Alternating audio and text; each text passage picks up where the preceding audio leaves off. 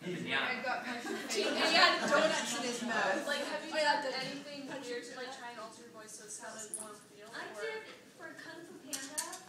I played Baby Tai Lung. And I had to do the baby crying. And when I do baby crying, I will put Kleenex in my mouth. Just to give it that, you know. Kind of feel. But that's the only time I've ever done that. I'll make different faces with hands and mouth and stuff. If that's what's happening on the screen, like with Sergeant Frog, I'll do some stuff like that. But generally, if it's eating or anything like that, I just do it with what's inside my mouth, and I got like a lot of teeth, and I got like this big tongue. I use that, and I can pretty much. That's funny. Something we haven't heard from? For both of you as actors, did you ever play a role or have a specific episode that really challenged you as an actor? Yeah. Anytime that Yowie pops up. Hello. Don't make me get my Yowie paddle out.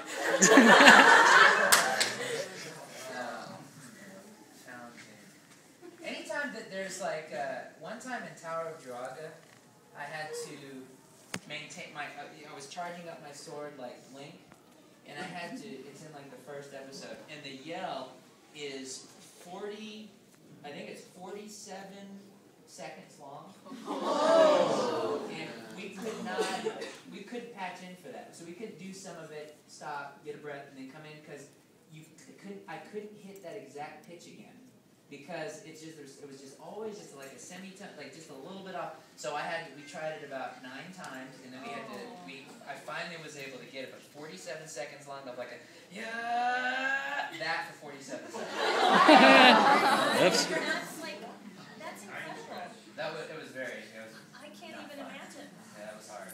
And then I probably took 3 to 4 years off my life. So if you haven't seen that show, please check it out.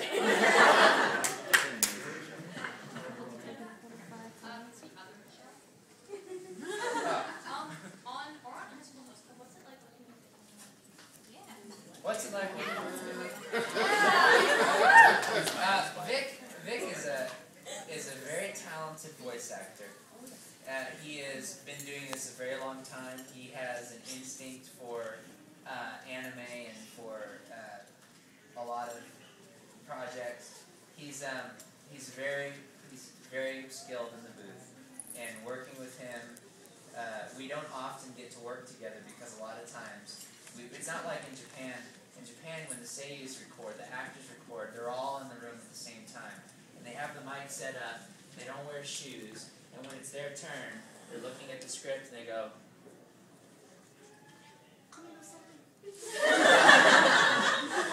And then the other person goes up and they say the line, and then, on this call. But they have a much more, group feeling.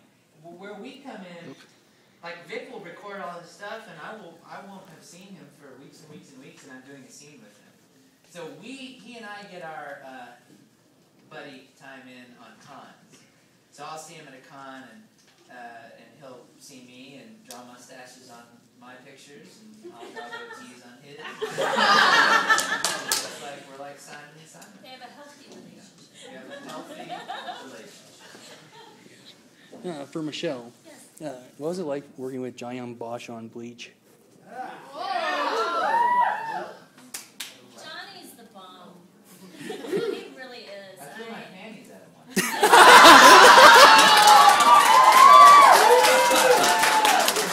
Not an uncommon reaction. I heard he can be a bit wild. What? It's Calgary. Yeah, pretty much. He's extremely talented, and I heard he was funny and wild at times. yeah, I mean, he's great. We were in Toronto together a couple of years ago for a convention, and we had a blast. He can be shy at first with people, but he's just such a nice guy, and just lovely to work with. I mean, we don't often, it's the same thing, we're not in the booth together, we'll see each other in passing, and, you know, it's just like, hey, hi, oh, blah, blah, blah, okay, see you later, you know. I try to, when I'm around him, I try to make the putty sound around him. Shock him back and put him in fight mode as a Power Ranger, but envy.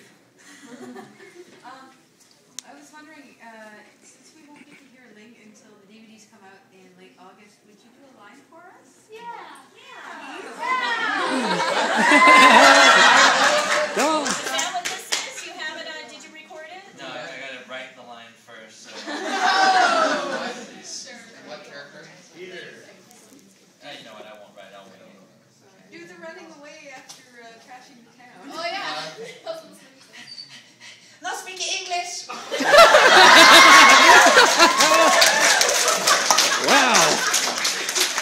But yeah, that role was a lot of fun. I don't often get to, the director of that show, Mike McFarland, I don't often get to do a lot with him. So it's fun to get in there, and he really, really cares about that show. I mean, we'll come in and get something like 7 or 8 times, and he loves that show. So rest assured that it's in good hands.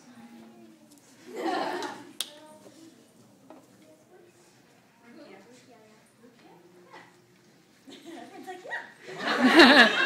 Do it. Dance, monkey, dance. Yes. Bad monkey. Let's see. What? What'd you say? I sense spiritual pressure nearby. Bakuro, number 9, sign! Yes. It's hard. It's like when It's you're different when you're in front of yeah. the mic with the cans on. Yeah, with it, like in the zone. Like sometimes I'll be at my, we'll have family gatherings at my house when we're not being dysfunctional, and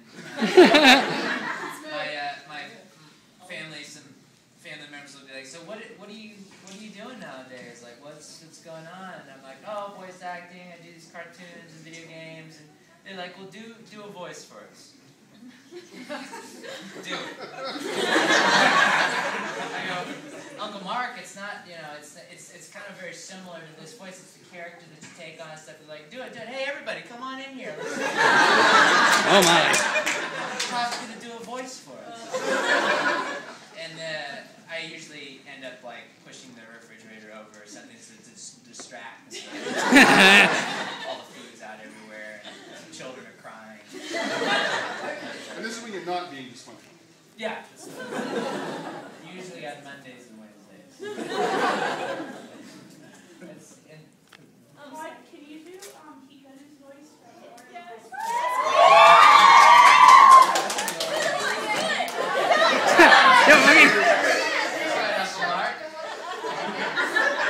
There's no fridge here. Yes. Oh. Well, we've got so many people here. Why don't we play the Which One Is Hikaru game? Right. I'm sensing my urge to be yaoi-rific. Yes. Yes, sir. That would be you, Crazy Todd. Favorite anime character voice? Favorite anime character to voice is Keroro from Sergeant Frog. That little bugger, that little amphibian just rocks my world because he is. I'm able to do a voice that I never get to do. And like when I auditioned for that show, there was how do you look at an animal and be like, yeah, I know what voice to put in there. Like I had no clue what to voice for this frog. And so like Rena Palencia came up to me and